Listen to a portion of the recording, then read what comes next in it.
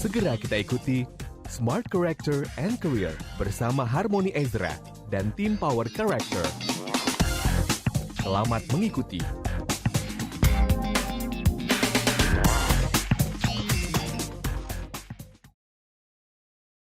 Baru saja kita mendengarkan lagu komposisi orkestrasi yang luar biasa, yang begitu dinamis, sesuai dengan tantangan zaman ini yang begitu dinamis. Dan kita kedatangan tamu yang luar biasa, yaitu Annabelle, seorang manajer dari e-commerce terbesar di Indonesia. Sesuai dengan topik pada malam hari ini, menghadapi tantangan yang dinamis, kita membahas tentang bagaimana memimpin Gen Z yang juga penuh dinamika.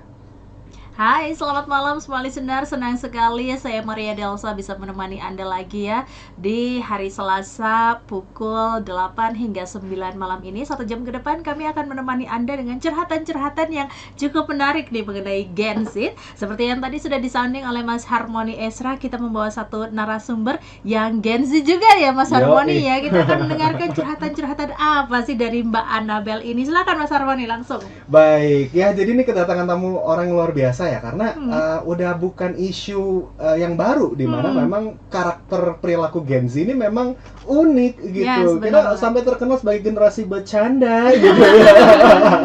Nah, tapi sebenarnya sebercanda apa sih gitu? Karena kebetulan gitu saya dan Annabelle nih teman lama, dan ternyata setelah ngobrol-ngobrol beliau sudah sampai di titik manajer memimpin toko-toko B2B yang memang di toko e-commerce terbesar warna hijau itu gitu ya. Yang keren banget itu. Nah, jadi ternyata memang dan dia memimpin banyak generasi Gen Z. Jadi saya pengen tahu gitu, karena kan saya dari sudut pandang akademis, peneliti yang memang cuma tahu karakteristik dari bentuk data. Tapi contoh nyatanya seperti apa sih? Nah, dan saya pengen denger curhatan nih, ya manajer nge-lead generasi Z gitu, karena memang Annabelle pun juga sekarang menjadi leader di organisasi dan komunitas yang dipimpin juga. Salah satu anak muda yang menonjol di komunitasnya.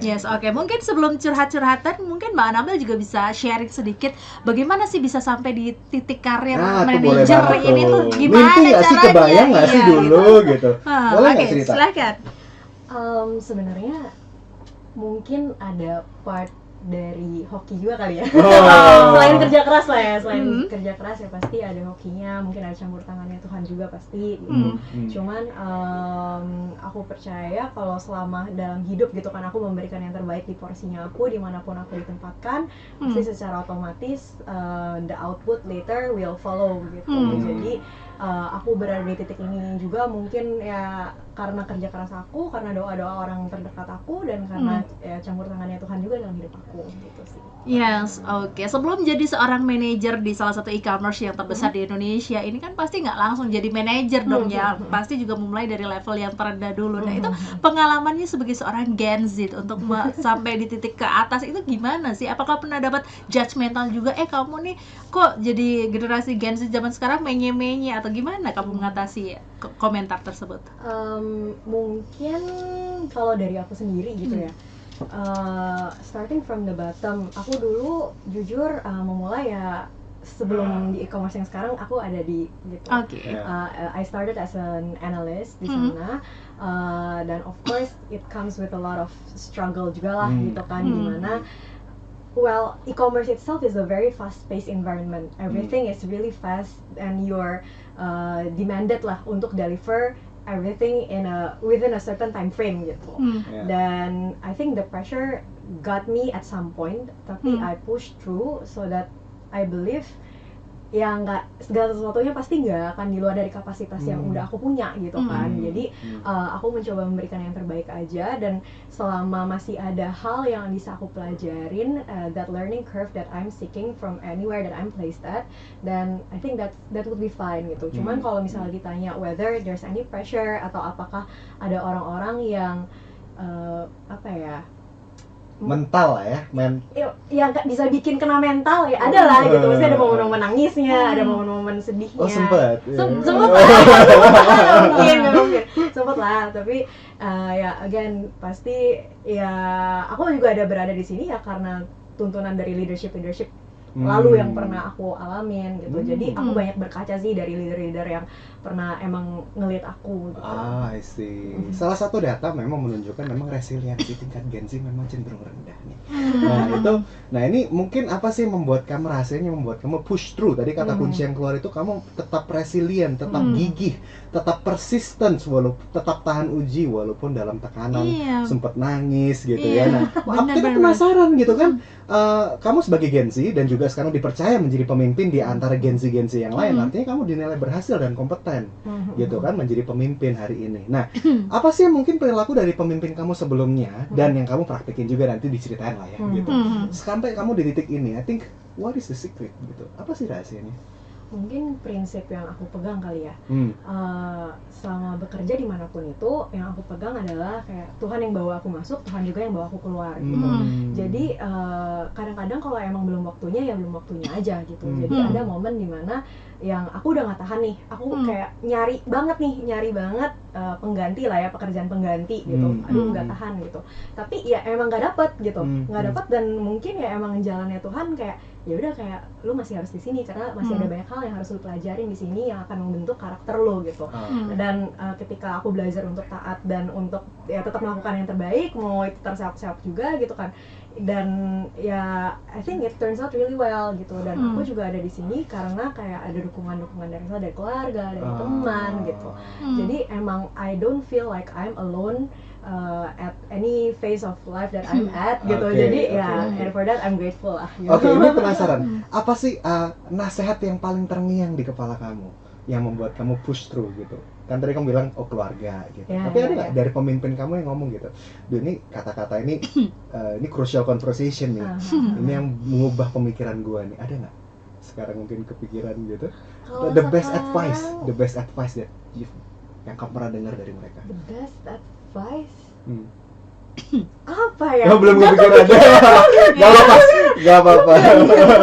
Mungkin karena sedari kecil Annabelle ini juga kayak punya karakter yang ditumbuhin ini berespons benar terus gitu ya. Jadi dia tuh kayak jadi kayak tough gitu loh. Jadi apapun masalahnya. Mungkin faktor environment juga itu mempengaruhi ya. Iya benar sih. Karena kayak I think I really see how my parents to push through and every struggle that they face in life to give the best that they can for me and my sister. Jadinya kayak ketika aku nge-reflect itu, atau mungkin aku ngelihat if I don't do well then who will gitu. Kalau misalnya kalau di dulu ada pepatahnya gitu kan, if not me then who, if not now then when gitu. Jadi boleh diulangi lagi, if not me then who, and if not now then when. If not now then when. Kalau bukan gue siapa lagi? Kalau nggak sekarang kapan lagi? Gokil ya. Oke. Lanjut terus, apa di titik ketika kamu merasa bahwa, kan tadi sempat mention juga, pernah kok ada momen-momen di mana sedihnya, momen-momen nangisnya, apa yang membuat kamu ketika itu aku kayaknya harus bangkit begitu? Butuh uang.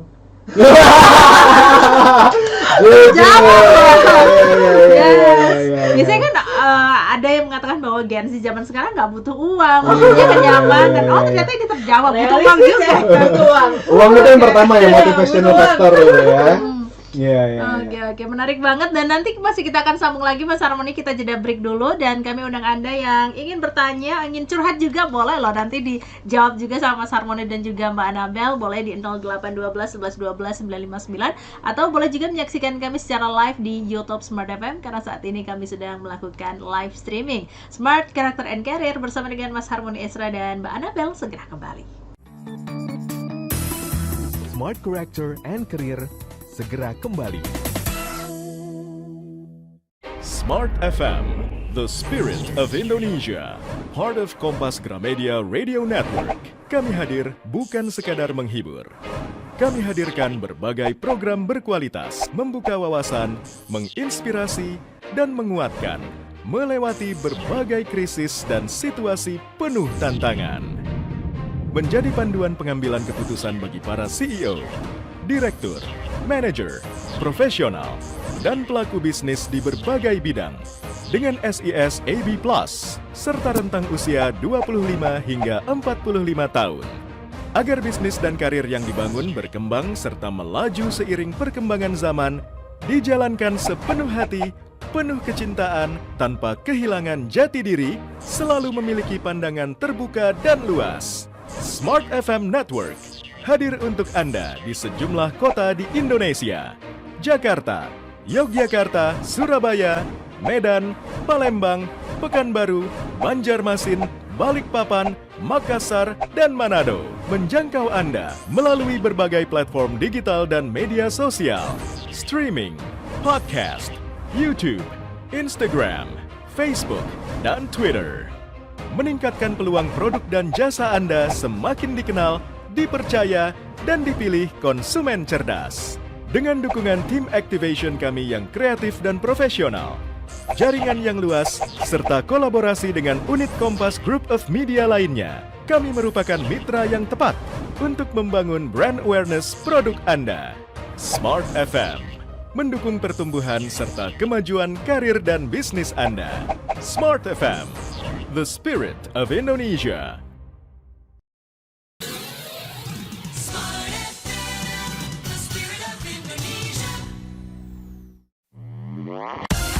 Masih kita ikuti Smart Character and Career bersama Harmony Ezra dan tim Power Character.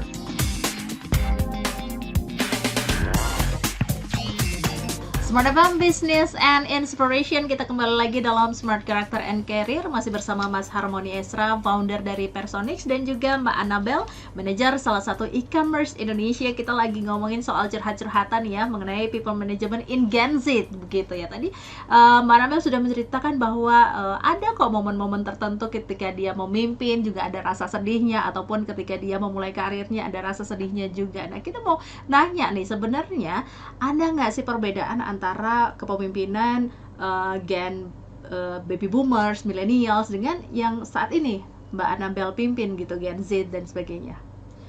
Kalau perbedaan, disclaimer dikit ya, ini from the perspective of Gen Z gitu ya. Jadi what I go through probably is not what everyone else is going through gitu.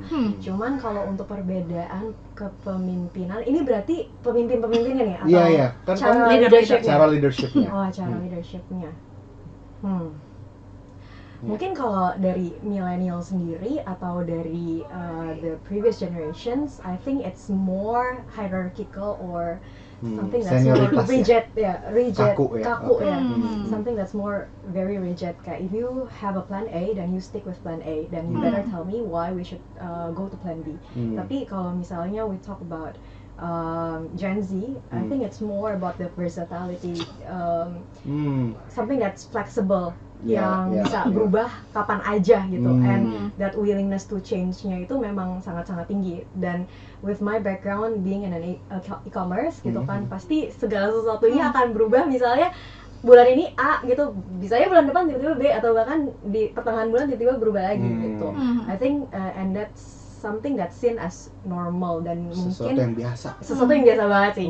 Jadi something that's really fast, really normal. Dan mungkin kalau untuk millennials and boomers lainnya, they trust in proses more kali ya. Jadi they favor the process, pelan-pelan aja nggak apa-apa gitu. Yang penting we reach to the point that we agreed upon gitu. Cuman kalau untuk Gen Z, one thing that I see is what can be delivered as soon as possible ya. Jelas matriksnya, deliverablesnya apa. Kayak mungkin istilah yang paling umum adalah KPI versus OKR kali ya. Kalau gitu kan, kalau objective key responsibility memang lebih agile kan gitu. Jadi I think e-commerce yang tadi kita ceritakan lebih cepat berubah. Kalau ini nggak works, berubah, matriksnya berubah. Caranya nggak works, berubah lagi. Gimana pokoknya nyampe di titik itu caranya. Betul nggak sih? Bisa Oke. Nah, jadi mungkin izin kali ya, saya juga mungkin pengen menyampaikan juga kan, mungkin di sini smart listeners ada yang generasi baby boomers, ada yang generasi X, generasi milenial gitu, dan ada generasi Z. Saya mungkin izin untuk mengupas sedikit karakteristiknya mereka, perbedaannya di mana. Dan saya sebenarnya juga tujuan saya membawa Annabel juga pengen belajar saya. Saya milenial gitu kan, pengen belajar how the world shifted gitu kan, karena dunia ini begitu berubah zaman sekarang, pandemi, sesudah pandemi, perkembangan digital begitu cepat, kehidupan sosial kita juga begitu berubah, sosialnya berubah semuanya. Nah ini yang menarik untuk dibahas, saya kupas sedikit ya, karakteristik dari setiap generasi. Nah karakteristik untuk generasi baby boomers ini zaman ledakan populasi, dimana habis zaman perang tradisionalis, terus ledakan populasi, akibatnya pekerjaan susah untuk didapatkan. Jadi lapangan pekerjaan cuma berapa ribu, tapi jumlah populasinya jutaan. Jadi dapat kerjaan aja udah bersyukur. Nah, akhirnya makanya generasi baby boomers biasanya setia-setia tuh sampai hari ini. Bisa kerja 20 tahun, 30 tahun, karena really grateful dengan pekerjaan yang mereka dapat. Mereka menganggap mereka setia gitu. Nah, generasi X ini generasinya teknologi sudah mulai terbangun gitu kan. Nah, ini juga mirip gini karakteristiknya, excellence-nya masih dapat, tapi mereka sudah mulai terbuka. Tapi ya, mereka juga biasanya lebih langgeng dan setia gitu sama pekerjaan gitu ya. Nah, masuk ke milenial, nah mereka sudah mulai merasa ini semuanya sudah lahir di era perkembangan sosial media dan opsi juga mulai semakin banyak. Nah di sini makanya mereka mental milenial ini memang sudah mulai lemah gitu ya, karena apa? Mereka sudah merasa banyak opsi gitu. Karena mau cari, kalau zaman dulu cari kerjaan cuman tinggal mesti buka koran gitu kan, dan harus kita mesti harus datang juga satu perusahaan. persatu ke perusahaannya, lebih effort gitu. Sedangkan kalau milenial itu mereka udah ada platform-platform portal-portal digital di mana kita bisa apply berapapun perusahaan yang kita mau sekaligus, jadi lebih mudah. Banyak opsi sekarang, makanya tingkat turnovernya pun juga cukup tinggi di masa-masa milenial. Nah sekarang ini masuk generasi Z, ini juga lebih menantang karena sudah banyak istilah employer branding, ini malah berperang juga. Jadi ada talent war sekarang, bersaing mengenai mendapatkan talent yang terbaik, membentuk talent terbaik. Dan ini memang social media begitu evolving ya gitu, sudah banyak berubah dan sudut pandangnya pun banyak berubah. Dan ini banyak, kalau saya menurut data nih gitu, karena tingkat resiliensinya rendah, itu salah satunya juga karena cepat bosan. Semuanya serba scrolling, semuanya bisa cepat, semuanya didapatkan di sini gitu.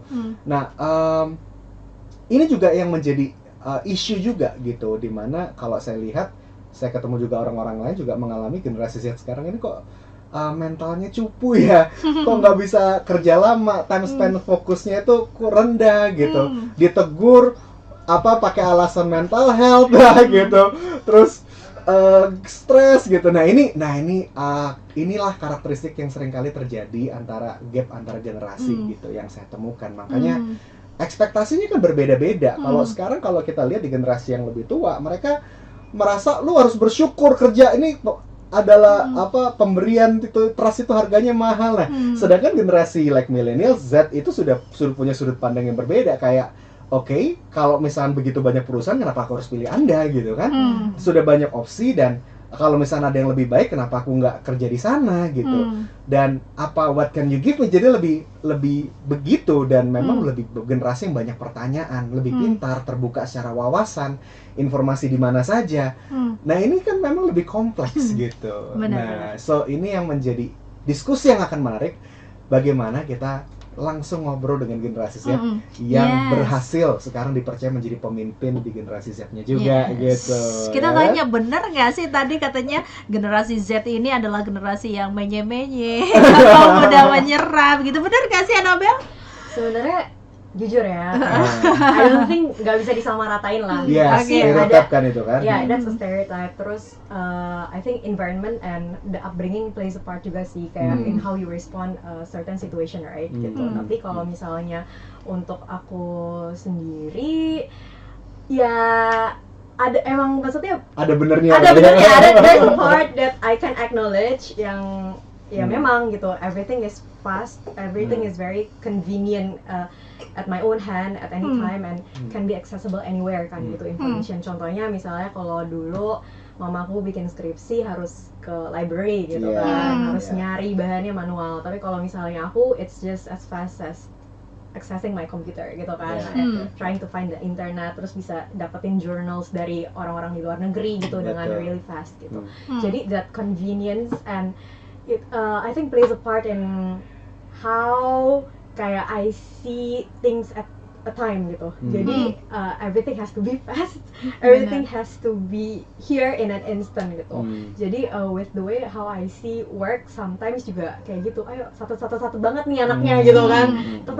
Cuman ya iya sih, maksudnya ada mungkin beberapa orang di luar sana yang kayak why not savor the moment, why not like go slower, take one step at a time gitu.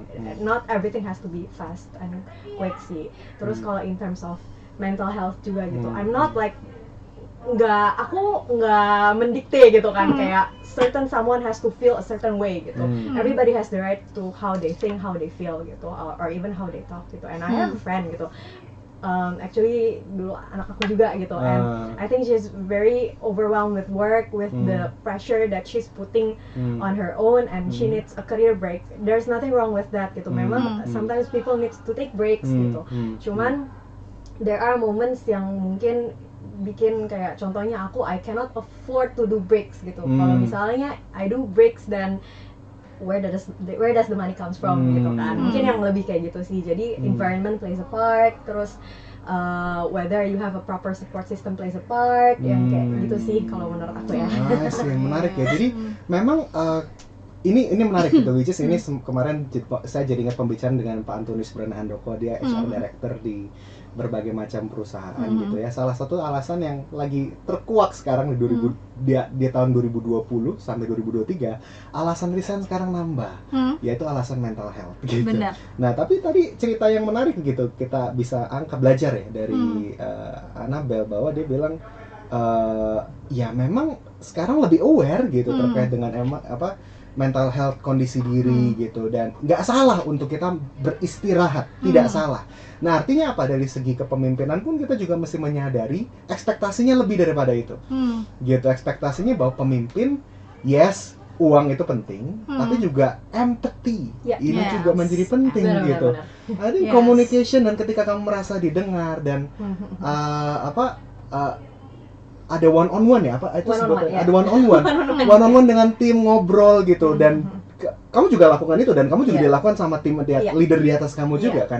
Itu berapa, kalau boleh, itu berapa kali seminggu? Waduh, ini tergantung dari each leadership type kali ya. Tapi kalau misalnya for me, I do weekly check-ins, I do bi-weekly check-ins. Jadi mungkin ada check-ins untuk weekly sprint minggu itu, ada juga check-in yang aku hihi aja untuk just get to know the team, kayak ngomongin hal-hal ya seputar apa yang sedang terjadi di dunia gitu, atau apa yang lagi kamu alamin gitu.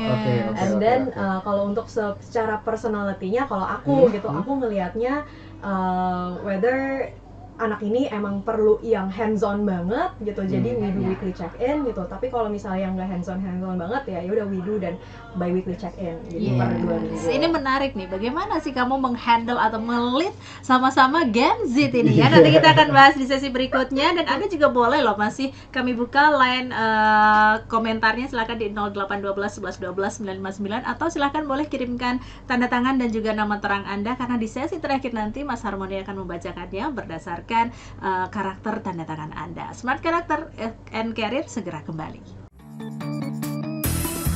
Smart Character and Career segera kembali.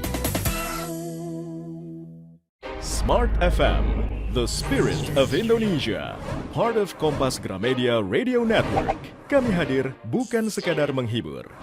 Kami hadirkan berbagai program berkualitas, membuka wawasan, menginspirasi, dan menguatkan, melewati berbagai krisis dan situasi penuh tantangan. Menjadi panduan pengambilan keputusan bagi para CEO, direktur, manajer, profesional, dan pelaku bisnis di berbagai bidang dengan SIS AB+, serta rentang usia 25 hingga 45 tahun. Agar bisnis dan karir yang dibangun berkembang serta melaju seiring perkembangan zaman, dijalankan sepenuh hati, penuh kecintaan, tanpa kehilangan jati diri, selalu memiliki pandangan terbuka dan luas. Smart FM Network hadir untuk Anda di sejumlah kota di Indonesia: Jakarta, Yogyakarta, Surabaya, Medan, Palembang, Pekanbaru, Banjarmasin, Balikpapan, Makassar, dan Manado. Menjangkau Anda melalui berbagai platform digital dan media sosial, streaming, podcast, YouTube, Instagram, Facebook, dan Twitter. Meningkatkan peluang produk dan jasa Anda semakin dikenal, dipercaya, dan dipilih konsumen cerdas. Dengan dukungan tim activation kami yang kreatif dan profesional, jaringan yang luas, serta kolaborasi dengan unit Kompas Group of Media lainnya, kami merupakan mitra yang tepat untuk membangun brand awareness produk Anda. Smart FM, mendukung pertumbuhan serta kemajuan karir dan bisnis Anda. Smart FM, the spirit of Indonesia.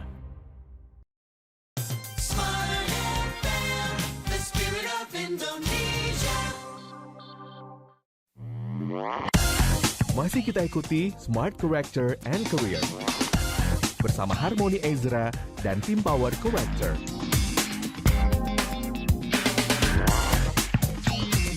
Smart FM Business and Inspiration. Terima kasih Anda masih bersama kami dalam Smart Character and Career. Masih bersama dengan Mas Harmony Ezra, founder dari Personix, dan juga Mbak Anabel, manajer salah satu e-commerce Indonesia. Nah, kalau di sesi ini kita bakal dengerin curhatan-curhatan dari Mbak Anabel selaku manajer dari Gen Z juga ini. Bagaimana sih suka dukanya atau bagaimana ngelitnya juga? Silahkan. Suka duka as a leader ya. Iya. Pasti ada baik dan buruknya gitu ya in every leadership process gitu. But for me and myself gitu, baiknya itu of course I can treat my team members like a friend gitu. Jadi work is painful, work is painful lah.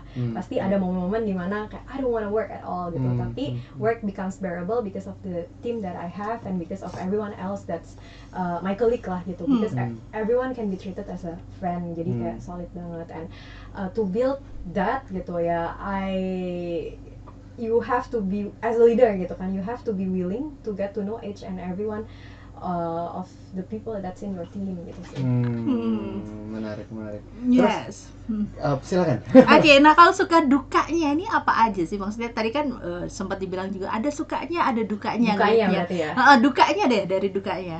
Dukanya mungkin, because karena solid dan close banget gitu kan. Sometimes there's a gray area between friend and boss gitu kan. Yes, when you have to be a friend, when you have to be a boss. Karena at the end of the day, you're here to work. Kayak work is transactional. Jadi of course there's a certain boundary atau batasan that you really have to set in certain circumstances gitu, so that people know when to deliver and when you should chill gitu. Gitu sih. Nah ini menarik nih, karena kan kalau ngeset batasan itu bukanlah sesuatu hal yang mudah gitu. Kamu ngomongnya gimana sih? Ini kan bicara tentang bagaimana kamu menegur tidak mengintimidasi. Tapi satu sisi kan kalau misalnya udah terlalu deket banget gitu, tapi kadang-kadang nggak enak gitu. Terutama aku belajar tentang karakter. Ada orang-orang memang karakter yang nggak enakan, tapi ada orang-orang yang bisa tegas. Tapi kalau misalnya kita terlalu tegas, kita kehilangan kasih, jadi menimbulkan kepemimpinan yang mengintimidasi dan didrive oleh ketakutan. Tapi satu sisi kita terlalu hangat, kita menciptakan environment yang nyaman, hangat, tapi manja. Nah, itu bagaimana balancing between those two gitu loh. I think before getting into that, some stuff that you really have to do first gitu is actually yang bayar harga gitu.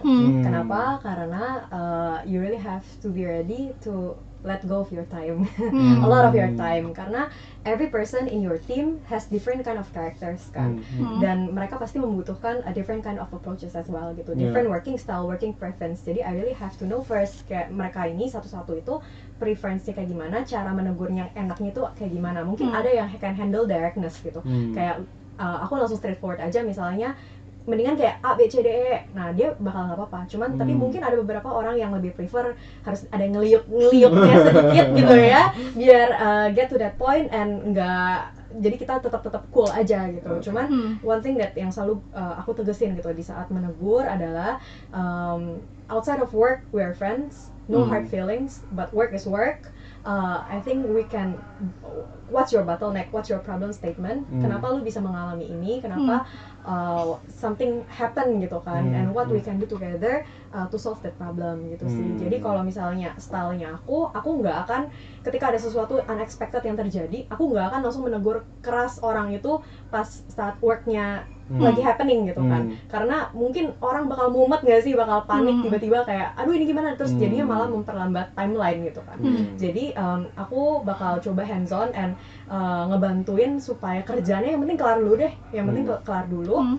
Lu problemnya ada di mana, bla bla bla bla. Kalau udah selesai, udah tenang, udah chill, semua udah zen, baru ayo kita set one on one, kita evaluate bareng kira-kira kemarin kenapa hal ini bisa terjadi, dan again what can we do together to make you grow even more and make us even a better person at the end of the day, gitu sih. Ini menarik ya. Jadi kalau boleh saya simpulkan sebetulnya komunikasi, honesty, keterbukaan, ya, memimpin juga dengan ketulusan, dengan empati, tapi juga nggak ada gap gitu loh. Seringkali saya temukan di perusahaan-perusahaan yang konvensional itu memang senioritas makan siangnya di ruangan sendiri gitu ya, yang eksekutif ruangan sendiri, which is nggak salah. Cuman ketika kita makan siang sendiri itu ada gap ya, nggak ada komunikasi. Justru Annabelle justru memanfaatkan waktu itu untuk bangun hubungan secara emosional ya. Terus ada hal-hal yang lain juga seperti menegur tuh tidak di depan umum, tapi juga langsung nggak langsung pada saat kerjanya, karena malah tambah bikin riweh nih gitu ya. Tapi ada set memang mengeset waktu untuk one on one untuk mengevaluasi hal apa yang salah, hal apa yang bisa diperbaiki, dan apa yang sudah baik dan kita pertahankan gitu. Nah kalau mungkin supaya lebih mudah nih gitu ya, para manajer tahu langkah-langkah praktis gitu ya, let's say boleh nggak di roughly aja 2 minggu sekali evaluasi, atau seminggu ada weekly meeting gitu, atau kapan sih kita mengapresiasi, kapan kita menegur, kapan kita one on one. Mungkin bisa nggak kasih tips? Kalau aku jujur ya, aku leader yang lebih chill sih. Lebih chill. Karena mungkin beberapa orang di luar sana ada yang benar-benar harus kayak setiap minggu tak gitu kan. Tapi kalau aku lebih yang setiap minggu ada pasti ada checkpointnya gitu. Karena at the end of the day harus tahu kan progres untuk setiap orang itu kayak gimana udah sampai mana-mana aja dan udah benar atau belumnya gitu. Tapi kalau untuk bagian tegur menegurnya, aku selalu mencoba kayak benar-benar kerjaannya kelar aku baru menegur. Jadi mungkin kalau misalnya butuh 1 bulan projectnya selesai, ya udah at the end of the month baru menegur gitu. Dan besides kalau misalnya di company aku gitu, setiap 6 bulan itu pasti ada 360 feedback, di mana aku tuh bisa ngedapetin feedback dari semua orang terkait anak tersebut gitu, dan akunya sendiri juga bisa memberikan feedback ke anak tersebut gitu.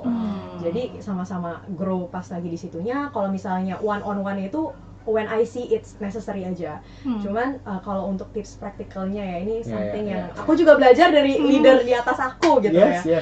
Kalau lagi negur itu tidak boleh seperti membacakan buku dosa gitu ya. Jadi lo tuh ngebaca lu tuh salah tuh di sini A B C D E F G gitu kan. I don't think that's healthy juga, and I don't think that's a culture that I want to build in my team gitu kan. Tapi again, kira-kira waktu itu fokusnya itu ada problemnya apa, what's the problem statementnya ini, the solutionnya mungkin A, B, C gitu.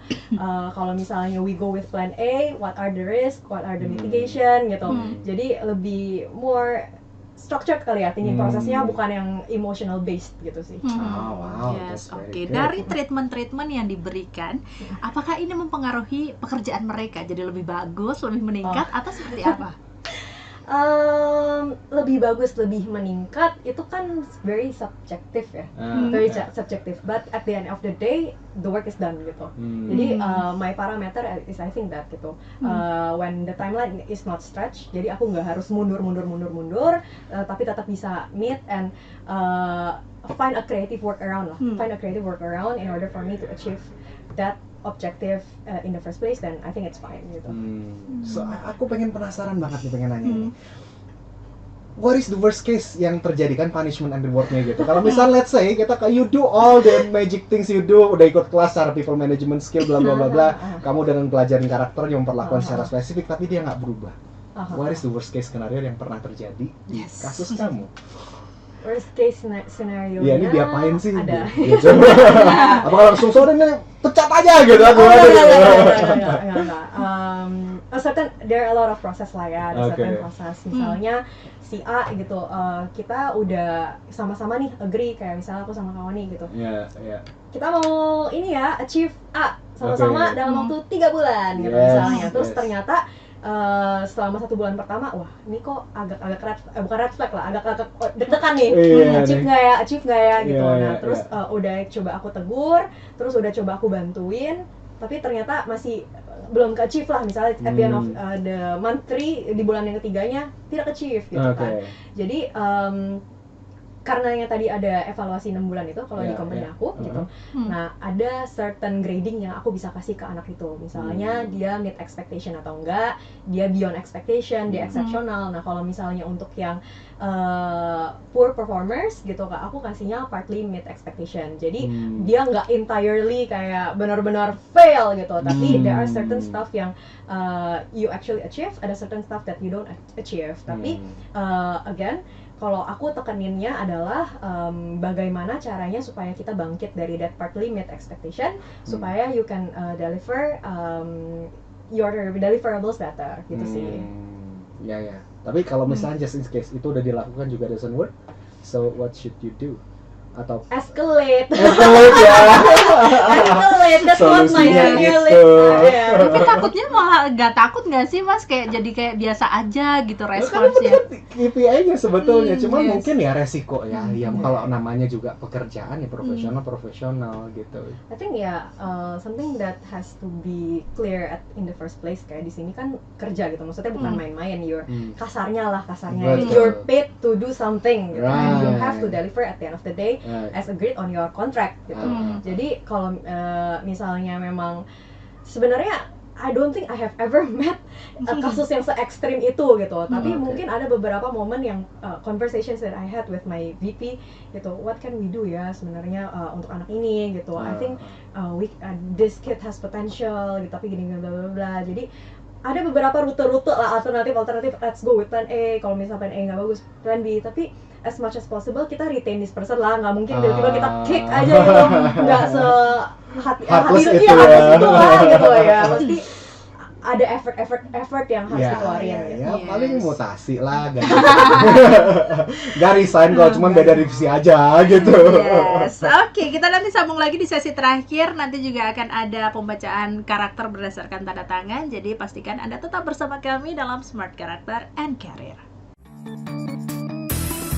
Smart Character and Career segera kembali. Smart FM, the spirit of Indonesia, part of Kompas Gramedia Radio Network. Kami hadir bukan sekadar menghibur. Kami hadirkan berbagai program berkualitas, membuka wawasan, menginspirasi, dan menguatkan, melewati berbagai krisis dan situasi penuh tantangan. Menjadi panduan pengambilan keputusan bagi para CEO, direktur, manajer, profesional, dan pelaku bisnis di berbagai bidang dengan SIS AB+, serta rentang usia 25 hingga 45 tahun.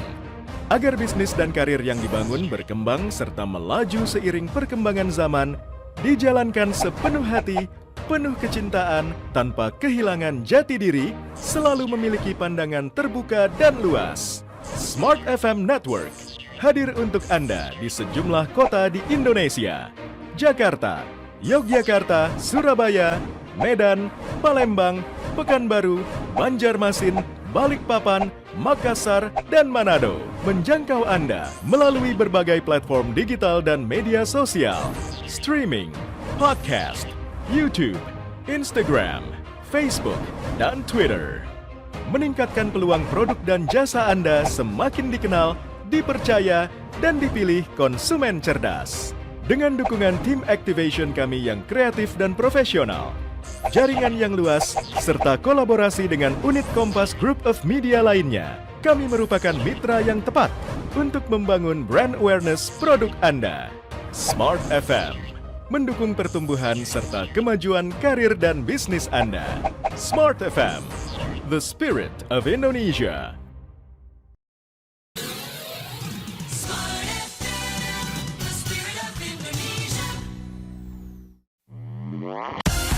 Masih kita ikuti Smart Character and Career bersama Harmony Ezra dan tim Power Character.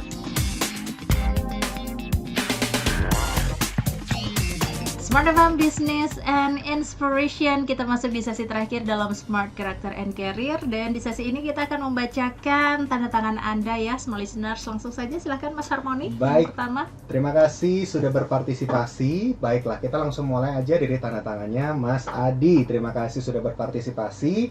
Saya melihat bahwa Anda seseorang yang tekun, persistence, dan kalau sudah mengerjakan sesuatu yang Anda suka, itu biasanya berjam-jam. Kayak lupa waktu gitu, terutama sesuatu yang hobi ya gitu. Nah, Anda juga seseorang yang sebetulnya bisa tegas ketika Anda memang menghargai hal itu. Anda juga seseorang yang tahan uji, ya, bukan tipikal orang yang meletup-letup langsung ekspresif secara langsung. Kalau Anda meledak tuh berarti sesuatu hal yang cukup besar gitu, sesuatu yang Anda cukup pendam cukup lama. Dan Anda juga seseorang yang bisa menjadi supporter atau pendengar yang baik. Saya bisa melihat Anda cukup rela berkorban, ya. Namun titik kritisnya memang ada kecenderungan ini nih, I will use this word ya. Anda punya kecenderungan kapasitasnya 100 nih, tapi Anda melihat diri sendiri ini cuma 70, 60 gitu. Nah, itu kelihatan banget di sini ya. Jadi coba lebih confidence ya, surround yourself, kelilingi diri Anda dengan orang-orang yang suportif, yang optimis gitu ya, dan lebih nekat aja gitu. Yes. Oke, yang kedua Mas Harmoni. Yang kedua dari Maria ya, saya melihat bahwa Maria seseorang yang suka belajar banget ya, seseorang yang value driven ya. Saya melihat ini cukup menarik nih, prinsipnya cukup kuat gitu ya, menghargai janji, nggak suka sama orang-orang yang pletot-pletot yang ngomong di depan A belakangnya B gitu ya, perubahan yang mendadak gitu. Karena Maria cukup menghargai honesty ya, komitmen, menghargai janji. Maria juga seseorang yang kalau sudah terlanjur janji, komitmen terhadap sesuatu hal tuh berusaha untuk dituntaskan, walaupun tuh sampai makan waktu, begadang gitu, nggak perlu disuruh karena punya sense of responsibility yang cukup kuat gitu. Nah, saya melihat ada cukup memiliki kemauan yang baik ya, kemauan yang kuat gitu. Namun titik kritisnya hati-hati sama asumsi ya, bisa overthinking nih.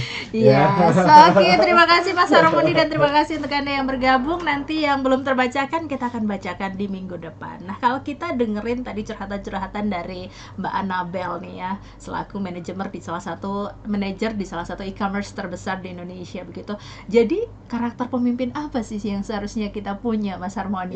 Iya, nah ini menarik ya, kan tadi kita belajar memang bicara people management in Gens ini memang specifically different, berubah, karena zaman berubah. Nah ini saya pengen angkat perbedaan kepemimpinan zaman dulu ya, sama perbedaan pemimpinan zaman sekarang.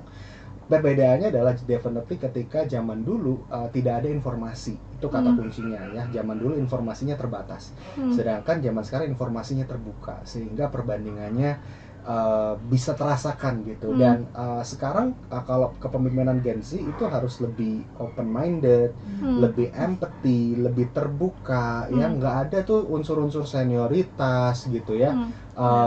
Leader itu bisa punya hubungan yang dekat, leader juga punya pengertian gitu, dan kepemimpinannya betul-betul bukan hanya disetir hanya yes uang penting gitu ya, tapi motivational factornya itu lingkungan juga penting, leadership juga penting, dan bagaimana mengconvince para generasi Z ini punya kepercayaan terhadap vision dari company itu menjadi penting gitu. Nah ini karena ya sekali lagi comparison banyak, kalau sekarang banyak perusahaan yang buka, kenapa gue harus pilih lu? Nah itu pertanyaan yang mesti dijawab sekarang. Berbeda dengan kepemimpinan zaman dulu, that word is a trust yang kita harus jalankan gitu. Ini tantangannya berubah. Nah jadi kalau memang memimpin generasi hari ini yang tadi kita pelajari dari Annabel gitu ya, bagaimana kita harus menjadi pemimpin yang open minded nih sekarang ya. Jadi nggak bisa lagi pakai cara yang lama lagi. Zaman dulu works, sekarang nggak works gitu. Jadi harus lebih care, lebih dengar, lebih lakukan weekly meeting, makan bareng, diajak selfie bareng. Tapi mungkin ini boomers trying itu rasanya aneh sih gitu. Mencoba kayak terlalu gaul, apakah salah gitu. Anyway, tapi mungkin saya pengen angkat angle yang ini deh. Apakah dari e-commerce like Tokopedia, Lazada yang sudah pernah dilakukan itu ada nggak sih kelas-kelas khusus atau tools apa sih yang dipakai untuk mengefektifkan kepemimpinan people managementnya Annabel?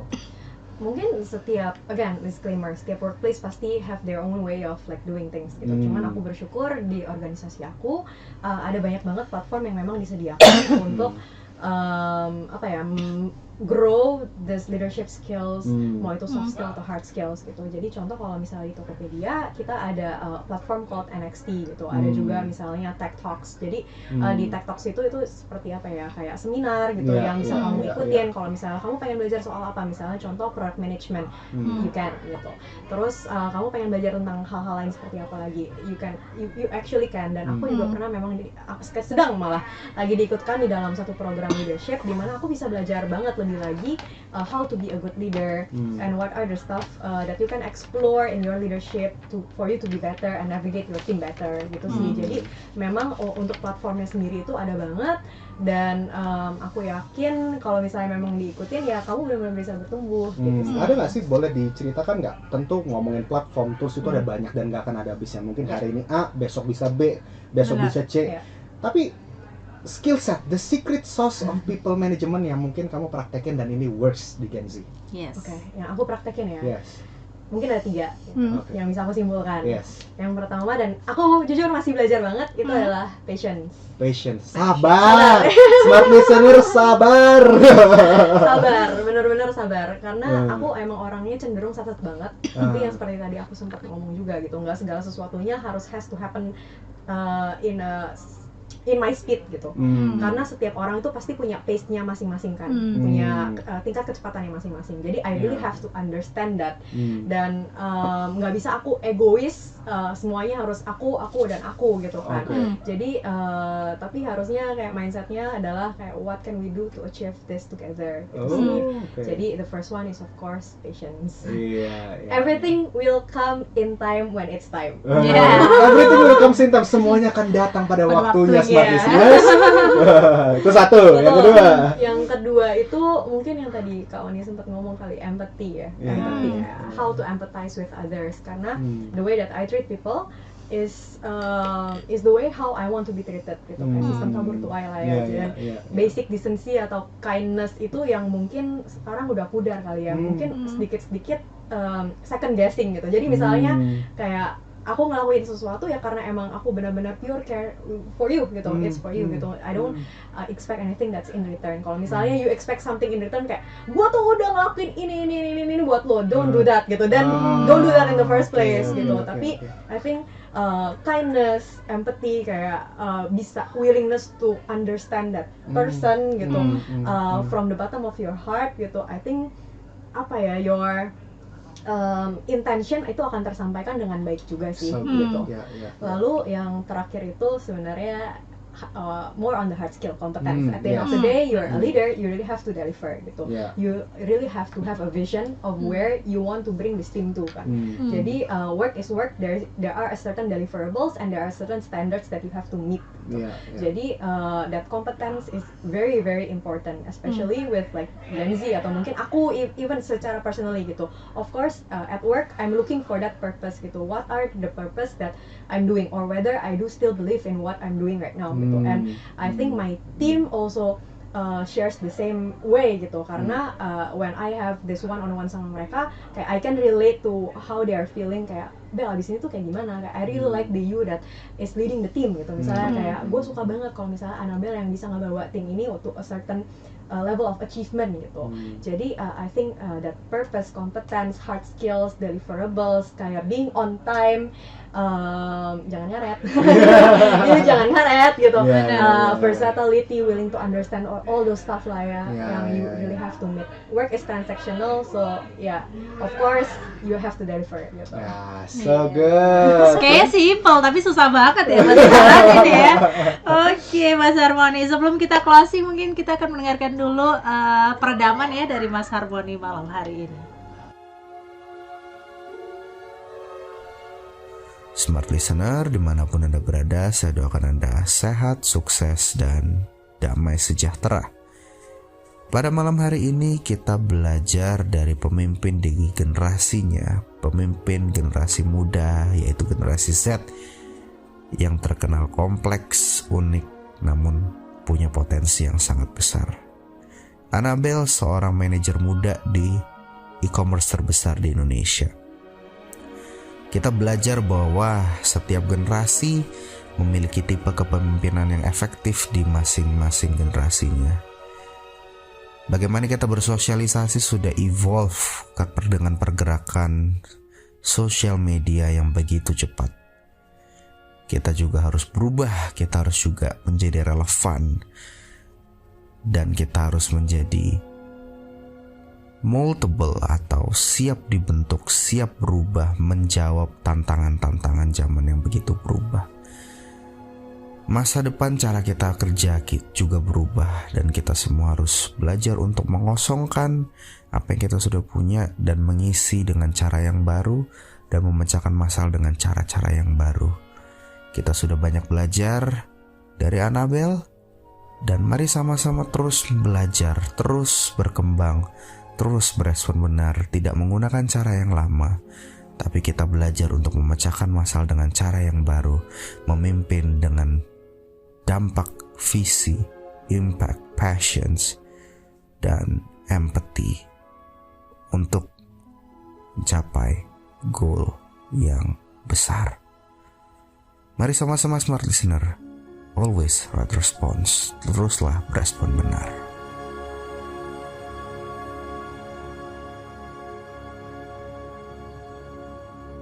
Yes, small listeners, Mas Harmoni mungkin bisa diberikan sedikit konklusinya dari topik kita malam hari ini. Baiklah, jadi malam hari ini kita sudah banyak belajar dari Annabel. Thank you so much for being here.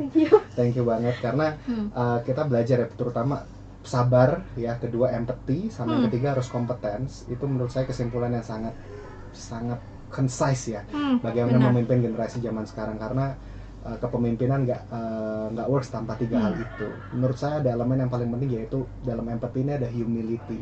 Ya, bukan hanya cuma mengerti sampai tahap oh iya gue dengerin lo, no, it's more than, ini lebih daripada itu. Tapi betul-betul genuinely secara tulus pengen dia menjadi versi terbaik dari dirinya dan perform dalam perusahaan ini. Kalau misalnya diberikan kepercayaan ini, nah ini menurut saya ada elemen spiritual quotient juga yang tadi, elemen empathy yang bagaimana kita bisa betul-betul care untuk memberikan waktu, energi, fokus kita agar mau belajar supaya bisa kompeten menjadi yang terbaik dengan kepercayaan yang diberikan ini, menjadi elemen yang penting. Ini konklusi yang dari saya. Ya, semoga Anda juga bisa mengambil semua pembelajaran di malam hari ini ya, small listeners. Mungkin bagi Anda sekarang yang Gen Z juga yang mendengarkan tadi, coba diambil 3 hal yang sudah diberikan oleh Mbak Annabel.